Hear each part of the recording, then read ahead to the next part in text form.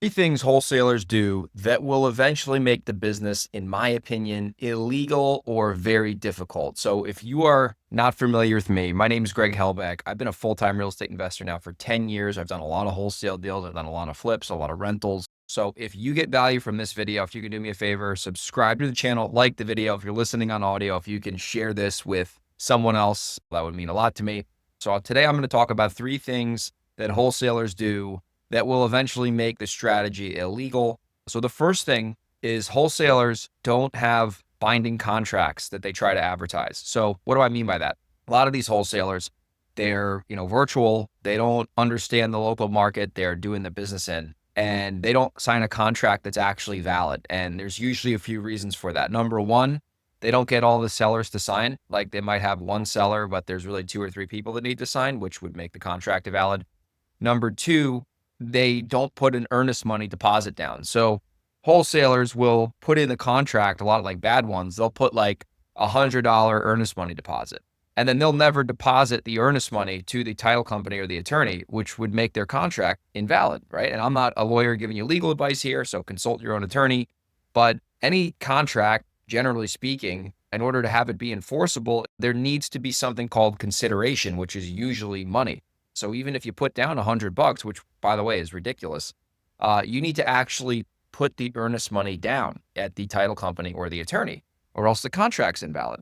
And then the third thing I see wholesalers do that will eventually make it illegal is they don't perform on the original contract at whatever price they had it for. And then they put a lien on the property, AKA they record the contract, and then they hold the seller hostage when they go sell it to somebody else. So I'm going to break that one down specifically in a minute. But just to get into the first two things, they don't get all the sellers to sign the contract. Sometimes there's a property where like there's two siblings and they're selling their parents' house that they inherited. And then the brother signs the contract with the wholesaler, and then the sister never signs and the wholesaler tries to sell it and the contract's invalid. So that's obviously crazy. And then the second thing I mentioned is they don't put the earnest money down. I mean, I live in Washington State, and there was a really shady wholesaler that held the seller hostage, which I'll get into a minute.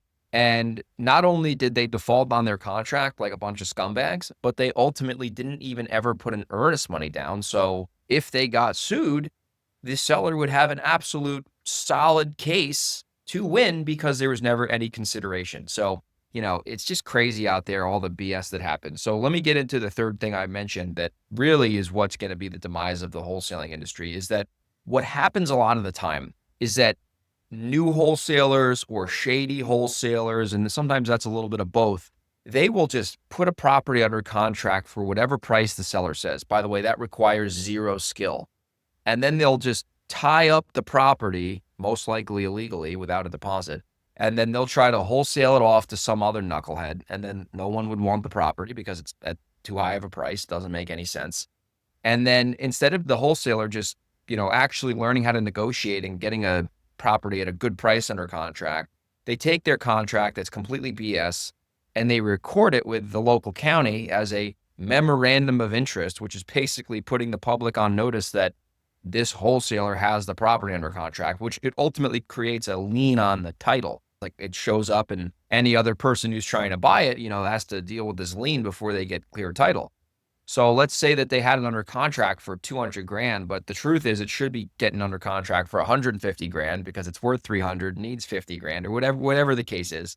And then nobody wants the property from the original wholesaler. So that wholesaler liens the property and then goes away.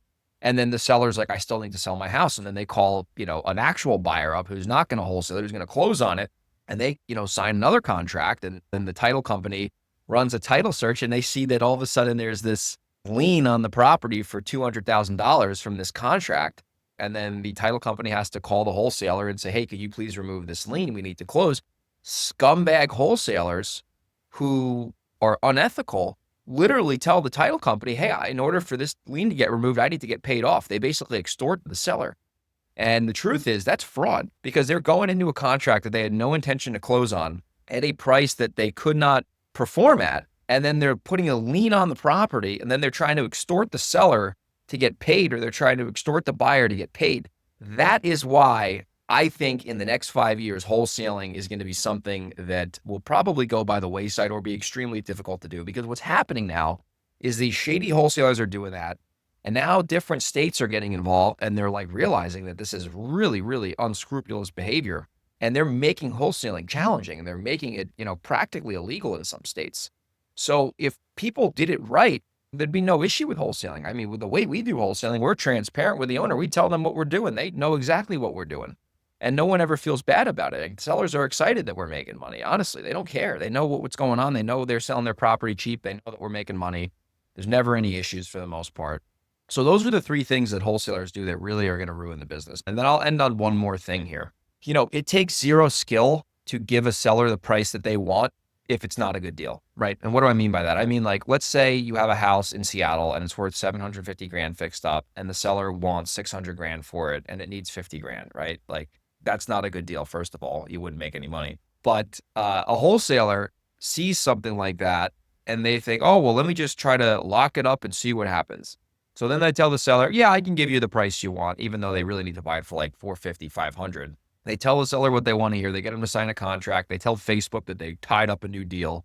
And then ultimately they can't sell it because no investor is going to buy that because you can't make any money at the numbers I shared. And then they ultimately have the contract fall out and they try to put a lien on the title. So like, that doesn't require any skill. What is hard and what requires skill is building enough value with a seller or just finding a seller, who is motivated enough to truly sell their house at 65 to 70% of what it's worth minus repairs. That requires skill. That requires marketing. That requires negotiating skills. That requires rapport and trust, most likely follow-up. That's where the deals are actually made. That's where value is created, not just giving the seller whatever price they want. So hopefully you got value from this video. If you're in Washington State or you're in New York or you're in Delaware, you have a house you want to wholesale to me, I'm actually a buyer who will buy it at the right number. Or if you want to wholesale a property with me together, I will show you what actually needs to happen in order for the deal to get sold at the right price. Send me a DM on Instagram at Grego37 or send me an email, greg@velocityhousebuyers.com, and I'll see you on the next REI weekly lesson.